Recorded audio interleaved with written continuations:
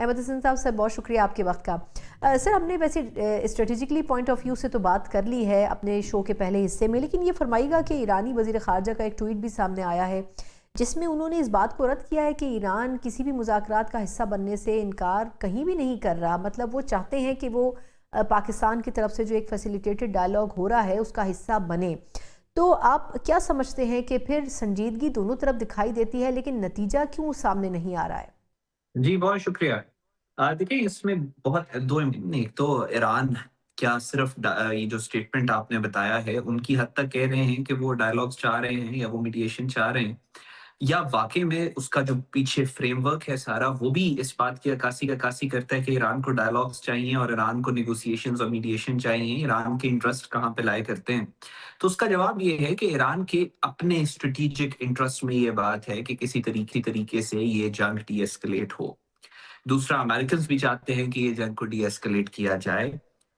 इस जंग को फैलाना और इसको ट्रांसफॉर्म करना into a regional and then a global war, ये प्राइमरी ग्रैंड स्ट्रेटेजिक ऑब्जेक्टिव है बेंजामिन नेतन्याहू का और इसराइल का।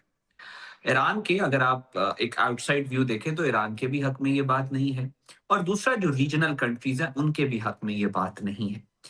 इस सारी सिचुएशन के अंदर ये ईरान की जो डिमांड है इस निगोशिएशंस की या इसकी जो डिप्लोमेसी हो रही है उससे रिलेटेड, वो सिर्फ सीज फायर नहीं है, वो cease fire, D escalation and beyond.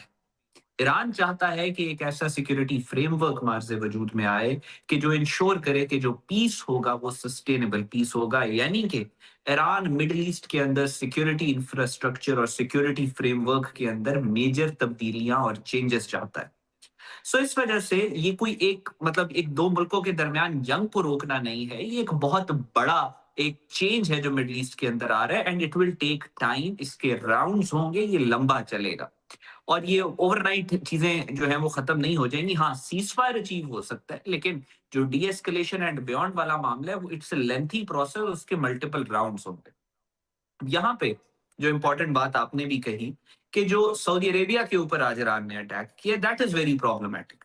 ये प्रॉब्लमैटिक भी है और ये काउंटर प्रोडक्टिव भी है। अब जब डायलॉग्स अपनी फाइनल स्टेज के ऊपर एंटर हो चुके हैं कि अब से एक्सपेक्ट ये किया जा रहा था कि चंद घंटों में या चंद दिनों के अंदर एक फिजिकल मीटिंग होगी, आपस में मुज़ाकरात होंगे, एक अकॉर्ड की तरफ बात जाएगी और एक फ्रेमवर्क रीडिजाइनिंग की तरफ बात जाएगी, तो उस सिचुएशन में ईरान के प्रेसिडेंट और फॉरेन मिनिस्टर की स्टेटमेंट्स के बावजूद इस तरीके का सऊदी अरेबिया के ऊपर अटैक होना, ये बिल्कुल आप वाज़ेह तौर पर देख सकती हैं कि ये डी एस्केलेशन की जो फोर्सेस हैं और एस्केलेशन की जो फोर्सेस हैं, उन दोनों में से ये विन हुई है एस्केलेशन की फोर्सेस की, उन फोर्सेस की जो चाहती है कि ये जंग फैल के रीजनल बने और फिर ग्लोबल बने।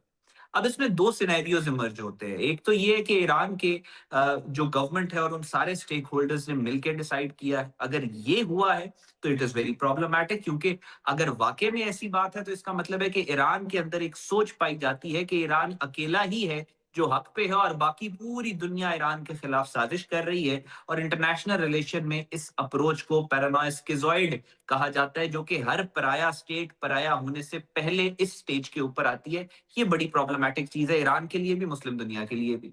दूसरी बात ये हो सकती है कि ईरान के अंदर जो रोग एलिमेंट है, प्रेसिडेंट ने कहा है कि अटैक नहीं करना, फिर भी नीचे से किसी ने कर दिया है, तो ये जो चीज है ये बहुत डेट्रिमेंटल है, क्योंकि फिर जो वेस्ट का सारा प्रोपेगेंडा है कि ईरान जो है एक रोग नेशन, रोग कंट्री है और उसको कंटेन करना चाहिए, तो ये उसके अंदर फीड करती है।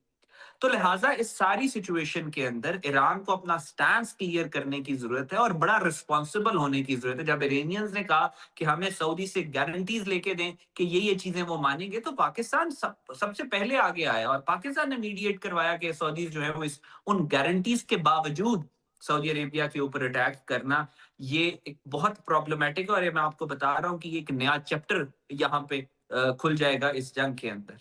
ये भी फरमाइएगा कि पाकिस्तान की तरफ से जो ड्राफ्ट शेयर हुआ है, जो पॉइंट्स शेयर किए गए हैं उसमें से कुछ चीज़ों के ऊपर बात हो रही है। आप क्या समझते हैं कि कौन से पॉइंट्स ऐसे हो सकते हैं जिनके ऊपर दोनों फरीक मान जाएं, और कौन से ऐसे पॉइंट्स हो सकते हैं कि जिनके ऊपर दोनों फरीकों में कुछ रेजिस्टेंस पाया जाता हो? देखिए, अभी तो हर फरीक की कोशिश ये होगी कि वो मैक्सिमलिस्टिक पोजीशन से नेगोशिएट करे। इसमें बहुत सारी चीजें हैं। जो ईरान को भी पता है कि एग्रीड अपॉन नहीं है, और अमेरिका की तरफ से जो पॉइंट्स आएंगे उसमें भी अमेरिका को भी बहुत सारी चीजों का पता होगा कि ये हो नहीं सकते, लेकिन उन्होंने ड्राफ्ट के अंदर उनको प्रेजेंट करना ही करना होता है। सो जहां तक अग्रीड अपॉन चीजों की बात है, उसका जो सबसे पहला स्टेप है वो है सीज फायर। सीज फायर होने के बाद अगले फेज के अंदर बहुत सारी ये जो टेक्निकल डिटेल्स हैं वो क्लैरिफाई होंगी।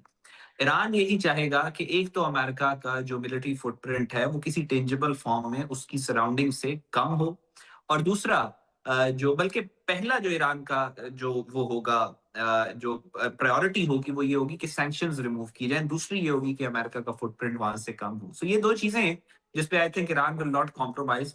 लेकिन उसके अलावा जो बाकी चीजें हैं वो they will be open to discussion ceasefire के बाद।